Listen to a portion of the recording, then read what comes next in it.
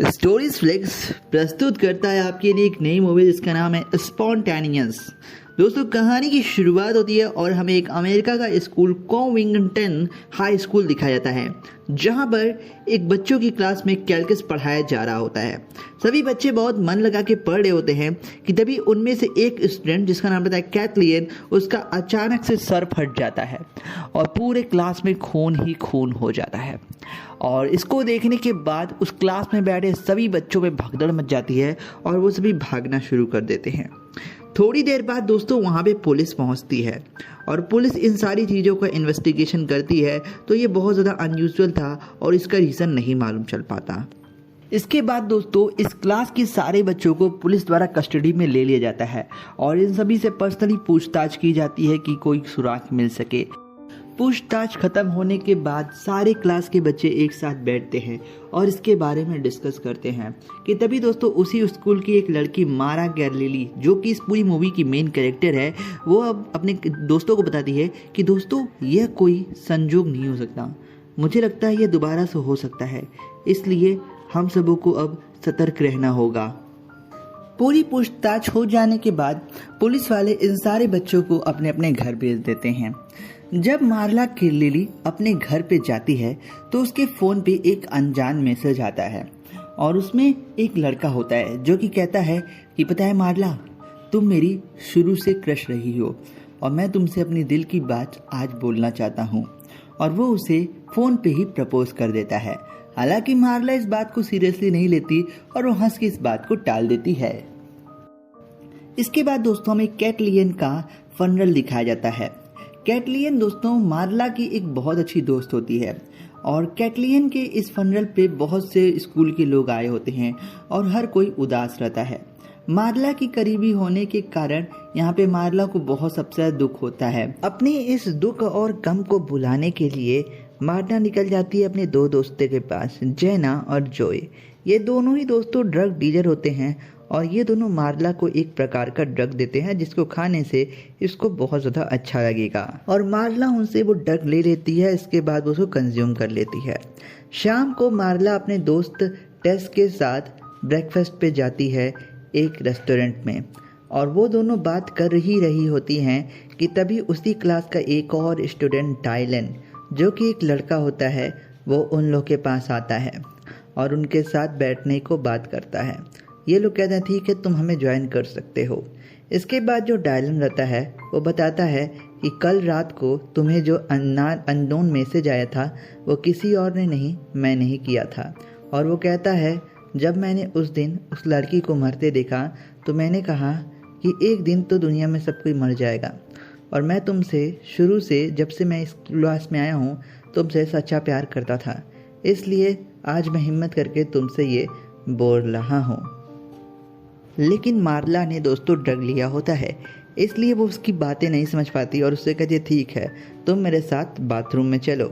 इस पे टेस कहती है देखो दोस्त, तुम्हें खुश होने की ज़रूरत नहीं है, मार्ला इस समय ड्रग्स के नशे में है और अब उसे जम के उल्टी होने वाली है, इसलिए वो चाहती है कि कोई उसे पीछे से पकड़ सके। इस पर डायलन कहता है मुझे कोई आपत्ति नहीं, मैं उससे सच्चा प्यार करता हूँ। इसके बाद ये और मार्ला बाथरूम में चले जाते हैं और वही मार्ला जम के उल्टी करती है और वो उसको सपोर्ट करता है। और इसके बाद दोस्तों ये लोग घर जाने लगते हैं। कई बार मार्ला को उल्टी आती हैं लेकिन हर बार डायलन उसे सपोर्ट करता और उस रात के बाद मार्ला और डायलन एक दूसरे से प्यार करने लगते हैं। और इसके बाद दोस्तों दिखाया जाता है अब ये लोग डेटिंग करना भी शुरू हो जाते हैं, जहाँ पर ये लोग कभी किसी के हाउस पार्टी में तो कभी फुटबॉल गेम देखने जाते।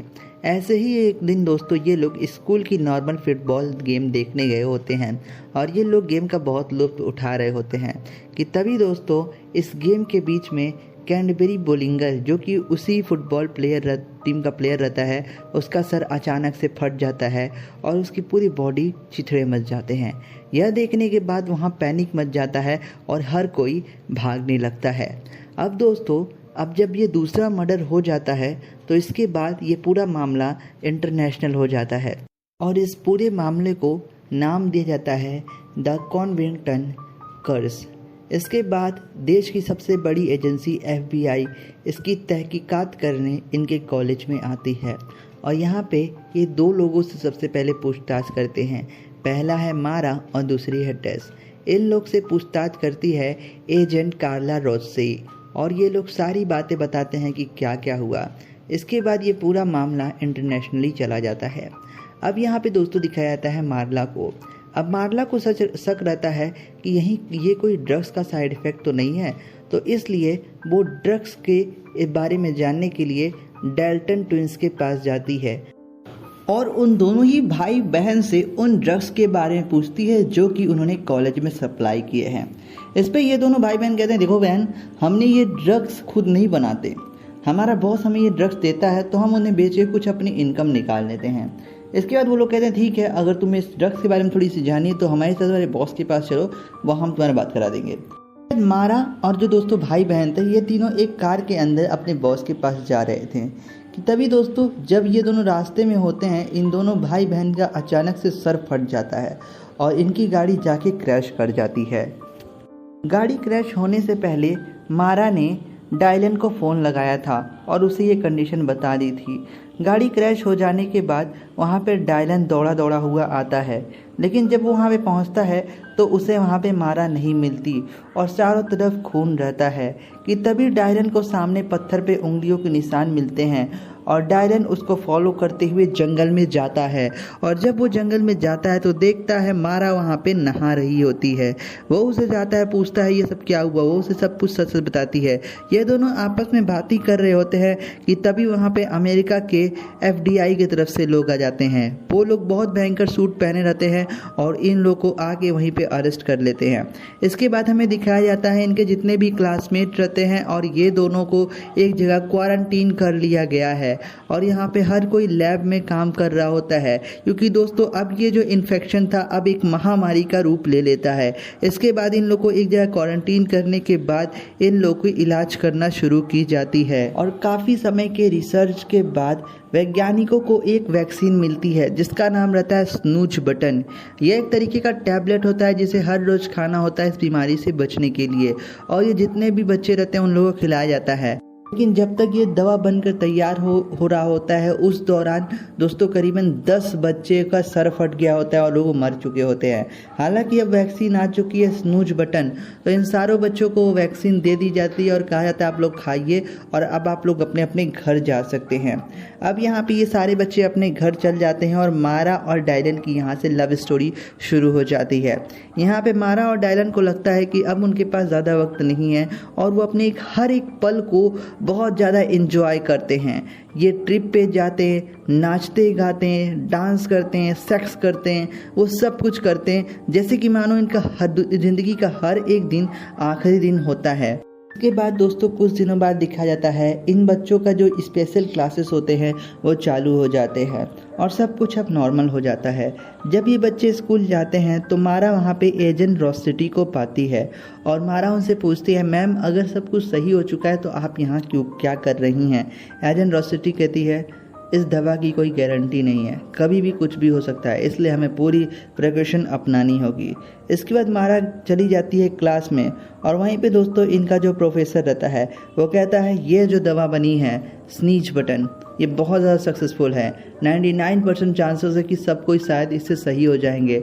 और अभी तक ये जो इन्फेक्शन था इन बच्चों में ही नज़र आ रहा था कि तभी दोस्तों टीचर पढ़ा ही रहा होता है, एक बच्चे को बुलाता है और एग्जाम्पल के लिए उससे कहता है, देखो ये बच्चा बिल्कुल फिट हो चुका है, अब आप सबको घबराने की ज़रूरत नहीं है, पढ़ाई में अपना इंटरेस्ट करिए और आगे बढ़िए। कि तभी दोस्तों वहाँ पे दिखाया जाता है एक के बाद इतना कहने के बाद एक के बाद एक सारे बच्चों का सर फटना शुरू हो जाता है और पूरे क्लास में भगदड़ मच जाती है। कई बच्चों का सर फट जाता है और पूरा शरीर चिथड़े उड़ जाते हैं।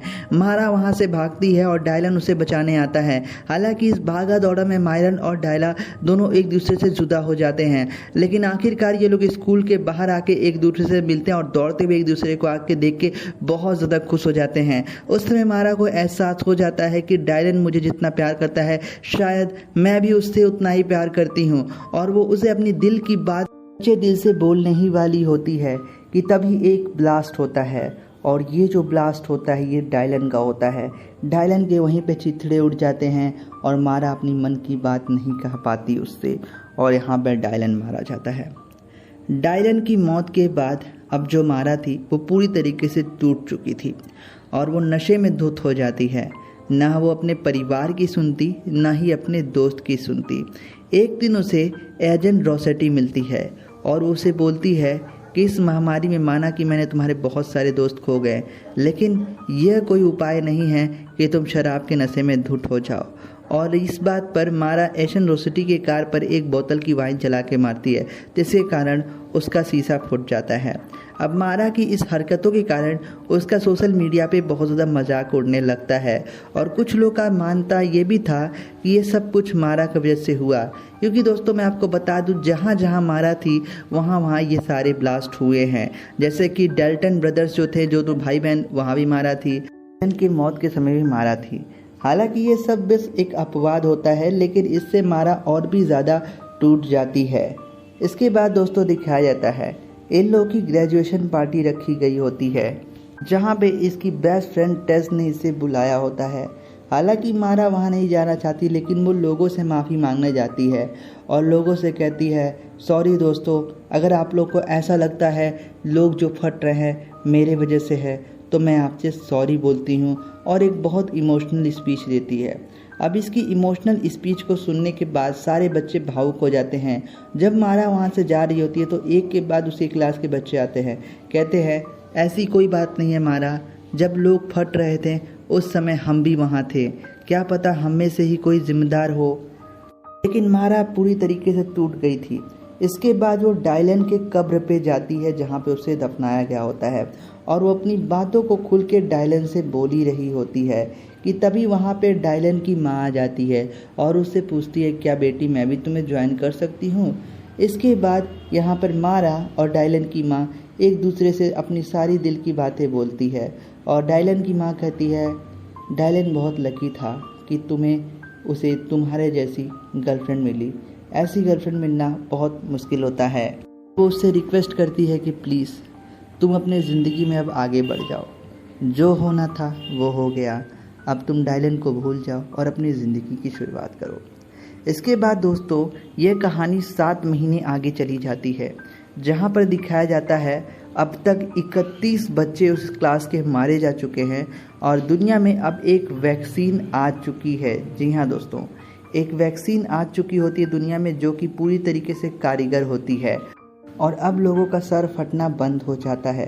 हालांकि जो कॉन्वेंटन हाई स्कूल था, सरकार ने इसको बंद करा दिया और इस बिल्डिंग को गिरा दिया गया, और ये एक सस्पेंस बन जाता है कि ये वायरस आया कहाँ से था।